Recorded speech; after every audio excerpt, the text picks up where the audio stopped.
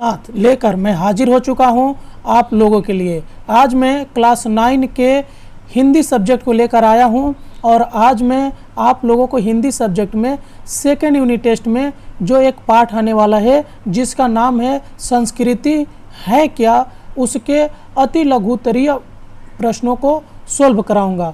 आप जानते हैं कि आपके हिंदी के किताब में प्रश्न नहीं लिखा रहता है, तो उसके लिए काफ़ी ज़्यादा स्टूडेंट को प्रॉब्लम हो जाता है कि वो कैसे प्रश्नों को कहाँ से सोल्व करेंगे, कैसे प्रश्न आते हैं। तो मैं इसी तरह के कुछ महत्वपूर्ण प्रश्नों को लेकर आपके सामने आ गया हूँ, जिसमें संस्कृति है क्या उसके पाठ को मैं कुछ ज़रूरी प्रश्नों को लेकर आया हूँ। आप इन प्रश्नों को लिखकर अपने कॉपी पे लिखते जाइएगा इसका आंसर, और इसी को आप अच्छे से समझ लीजिएगा, याद कर लीजिएगा। ये आपके एग्ज़ाम के लिए काफ़ी हेल्पफुल होने वाले हैं, काफ़ी मददगार होंगे। तो चलिए हम लोग शुरू करते हैं। हमारा पहला प्रश्न क्या है? हमारा पहला प्रश्न है कि संस्कृति क्या है। तो संस्कृति ऐसी चीज़ है जिसे लक्षणों से तो जान सकते हैं लेकिन उसकी परिभाषा नहीं दे सकते हैं। ओके, उसकी परिभाषा क्या कर सकते हैं? नहीं दी जा सकती। 2 नंबर देख लेते हैं।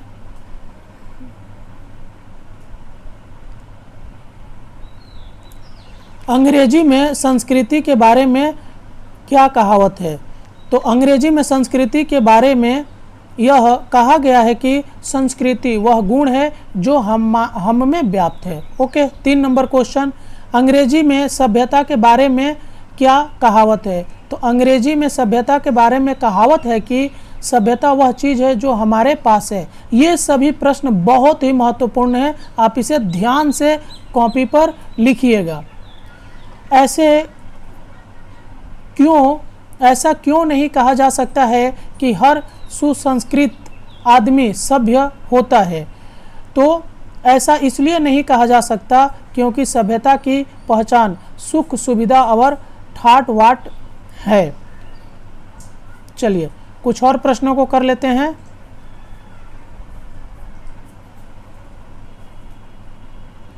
छोटा नागपुर की आदिवासी जनता पूर्ण रूप से सभ्य क्यों नहीं कही जा सकती है? तो छोटा नागपुर की आदिवासी जनता को पूर्ण रूप से सभ्य इसलिए नहीं कहा जा सकता है क्योंकि उनके पास सभ्यता के बड़े बड़े उपकरण नहीं है। 6 नंबर क्वेश्चन, छोटा नागपुर के आदिवासियों में कौन कौन से गुण हैं? तो छोटा नागपुर के आदिवासियों में दया, माया, सच्चाई और सदाचार के गुण है। 7 नंबर, प्राचीन भारत के ऋषियों का रहन सहन कैसा था? तो प्राचीन भारत के ऋषि फूस की झोपड़ियों में रहते थे। वह जंगलों के जीवों से दोस्ती तथा प्यार करते थे, प्यार करने में हिचकिचाते नहीं थे। मिट्टी के बर्तनों में रसोई पकाते तथा पत्तों पर खाना खाते थे। 8 नंबर क्वेश्चन देखिए कि हमारी भारतीय संस्कृति का निर्माण करने वाले कौन थे? तो हमारे भारतीय संस्कृति का निर्माण करने वाले जंगलों में सादा तथा सदाचार पूर्ण जीवन बिताने वाले ऋषि थे। 9 नंबर क्वेश्चन, संस्कृति और सभ्यता के बारे में साधारण नियम क्या है? तो संस्कृति और सभ्यता के बारे में साधारण नियम यह है कि दोनों का विकास एक साथ होता है और दोनों ही एक दूसरे से प्रभावित होते हैं। ओके, चलिए कुछ और क्वेश्चन देख लेते हैं। ये सभी क्वेश्चन बहुत ही इंपॉर्टेंट है आपके एग्जाम के लिए। ओके, घर बनाना स्थूल रूप से किसका कार्य होता है? तो घर बनाना स्थूल रूप से सभ्यता का कार्य होता है। मनुष्य की प्रकृति, स्वभाव तथा प्रकृति दत्त गुण क्या है?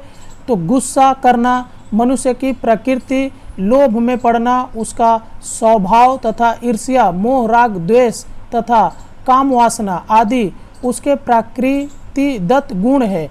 आदमी और जानवर में कब कोई भेद नहीं रह जाएगा जब प्रकृतिदत्त गुणों जैसे ईर्ष्या, मोह, द्वेष, काम वासना आदि पर नियंत्रण न रखा जाए तो आदमी और जानवर में कोई भेद नहीं रह जाएगा। मनुष्य की कोशिश क्या होती है? तो मनुष्य की कोशिश यह होती है कि वह क्रोध के वश में नहीं रहे, क्रोध ही उसके वश में रहे। चलिए 14 नंबर क्वेश्चन को देखिए। किसकी संस्कृति ऊंची समझी जाती है? तो उन जाति का व्यक्ति अपने दुर्गुणों पर जितना ही ज़्यादा विजयी होता है, उसकी संस्कृति उतनी ही ऊंची समझी जाती है। 15 नंबर क्वेश्चन, सभ्यता संस्कृति के भीतर किस रूप में रहती है? तो सभ्यता के भीतर संस्कृति वैसे ही रहती है जैसे दूध में मक्खन या फूल में सुगंध होता है। 15 नंबर, सभ्यता और संस्कृति में से ज़्यादा कौन टिकाऊ है और क्यों? तो सभ्यता और संस्कृति में से ज़्यादा टिकाऊ संस्कृति है, क्योंकि सभ्यता की सामग्रियाँ नष्ट हो सकती है लेकिन संस्कृति नहीं। चलिए अब हमें 17 नंबर क्वेश्चन को देख लेना है। ये थोड़ा पेज अच्छे से नहीं आया है, आपको जो मैं बोलूँगा थोड़ा ध्यान से सुन के लिख लीजिएगा। 17 नंबर क्वेश्चन हमारा क्या है कि अप स्टार्ट शब्द का प्रयोग किसके लिए किया जाता है? तो जो व्यक्ति अचानक धनी हो जाता है या उसे कोई ऊंचा पद प्राप्त हो जाता है, उसके लिए अप स्टार्ट शब्द का प्रयोग किया जाता है। 18 नंबर, संस्कृति की झलक किसमें दिखाई पड़ती है? तो खाने पीने, रहन सहन, सोचने समझने, पहनने ओढ़ने, घूमने फिरने आदि जो कुछ भी हम करते हैं उसमें हमारी संस्कृति की झलक दिखाई पड़ती है। असल में संस्कृति क्या है? तो असल में संस्कृति जिंदगी जीने का तरीका है जिसकी छाप सदियों से जमा होकर समाज में छाई रहती है। अगर वीडियो अच्छा लग रहा है तो लाइक कीजिए और चैनल को सब्सक्राइब कर लीजिए और अपने दोस्तों में शेयर भी कीजिए कि वो भी इस वीडियो का लाभ उठा सके। संस्कृति हमारा पीछा कब तक करती है? तो संस्कृति हमारा पीछा जन्मांतर तक करती है। 21 नंबर, अपने यहाँ संस्कार के बारे में कौन सा एक साधारण कहावत है? अपने यहाँ साधारण कहावत है कि जिसका जैसा संस्कार है उसका वैसा ही पुनर्जन्म भी होगा, माने होता है। चलिए 22 नंबर क्वेश्चन को देख लेते हैं। हमारी संस्कृति का प्रभाव कब तक चलता रहता है? तो हमारी संस्कृति का प्रभाव हमारी आत्मा के साथ जन्मांतर तक चलता रहता है। हमारी संस्कृति के रचयिता कौन है? जो आदिकाल से हमारे लिए काव्य और दर्शन की रचना करते आए हैं, चित्र और मूर्ति बनाते आए हैं, वे ही हमारी संस्कृति के रचयिता है। पेज थोड़ा धुंधला आ गया है, आप लोग मेरे आवाज़ को सुन के लिख लीजिएगा। संस्कृति का क्या स्वभाव है? तो संस्कृति का स्वभाव है कि वह आदान प्रदान से बढ़ती है। कौन सा भाव संस्कृति को ले डूबता है? तो कुपमंडुता, इसको थोड़ा ध्यान से लिखिएगा। ये जो शब्द है कुपमंडुता तथा दुनिया से रूठ कर अलग बैठने का भाव संस्कृति को ले डूबता है। शेली तथा किट्स कौन है? तो शेली तथा किट्स दोनों ही अंग्रेजी भाषा के विश्व प्रसिद्ध कवि है। चलिए 27 नंबर देख लेते हैं।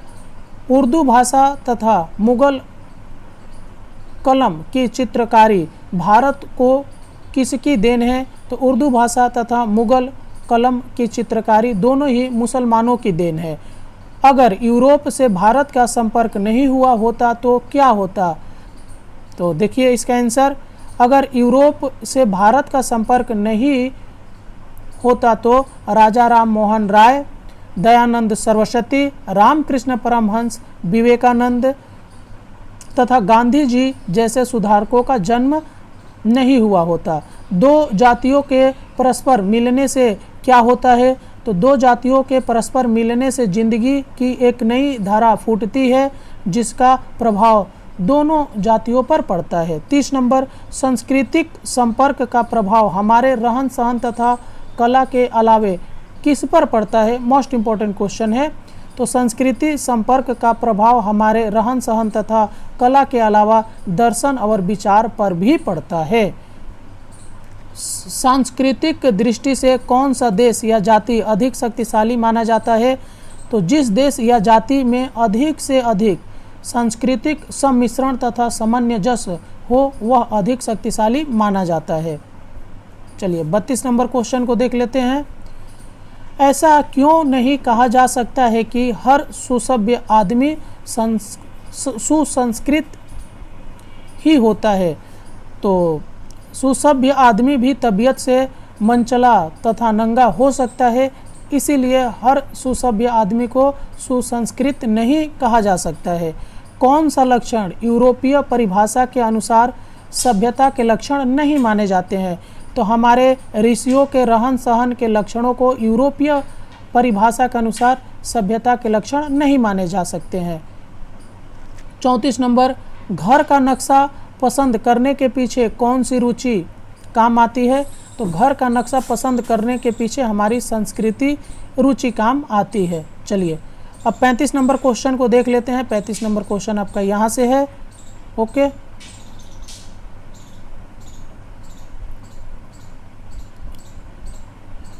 कौन से प्रभाव का क्रम निरंतर चलता ही रहता है?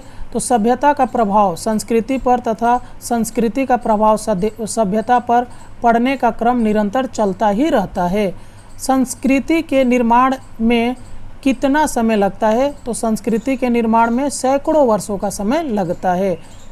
उसके बाद हमारे पुस्तकालय, संग्रहालय, नाटकशाला, सिनेमा गृह आदि किसके उपकरण है?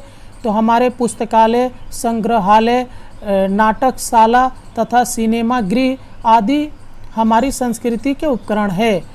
संसार का कोई भी देश क्या दावा नहीं कर सकता? तो संसार का कोई भी देश यह दावा नहीं कर सकता कि उस पर किसी अन्य देश की संस्कृति का प्रभाव नहीं पड़ा है। भारत की विचारधारा पर विज्ञान का प्रभाव किसके कारण पड़ा? तो यूरोप से संपर्क के कारण भारत की विचारधारा पर विज्ञान का प्रभाव पड़ा। संस्कृति की जान किसे कहा गया है? तो आदान प्रदान की प्रक्रिया को संस्कृति की जान कहा गया है। और एक क्वेश्चन है, लास्ट क्वेश्चन है,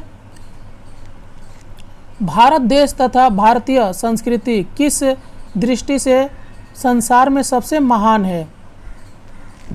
तो देख लीजिए, भारत की सामाजिक संस्कृति में अधिक से अधिक जातियों की संस्कृतियाँ पची हुई है, इसलिए भारत तथा भारतीय संस्कृति इस दृष्टि से संसार में सबसे महान है। तो आपने ये देखा है, कुछ अति लघुत्तरीय प्रश्नों को मैंने आप लोगों के समक्ष कराया हूँ। आप इसे कॉपी पे नोट डाउन जरूर कर लीजिएगा। ये आपके एग्ज़ाम के लिए काफ़ी महत्वपूर्ण प्रश्न है, ये आपको परीक्षा में काफ़ी मदद करेंगे। चलिए इस वीडियो में इतना ही, मिलते हैं किसी अन्य वीडियो में। जय हिंद।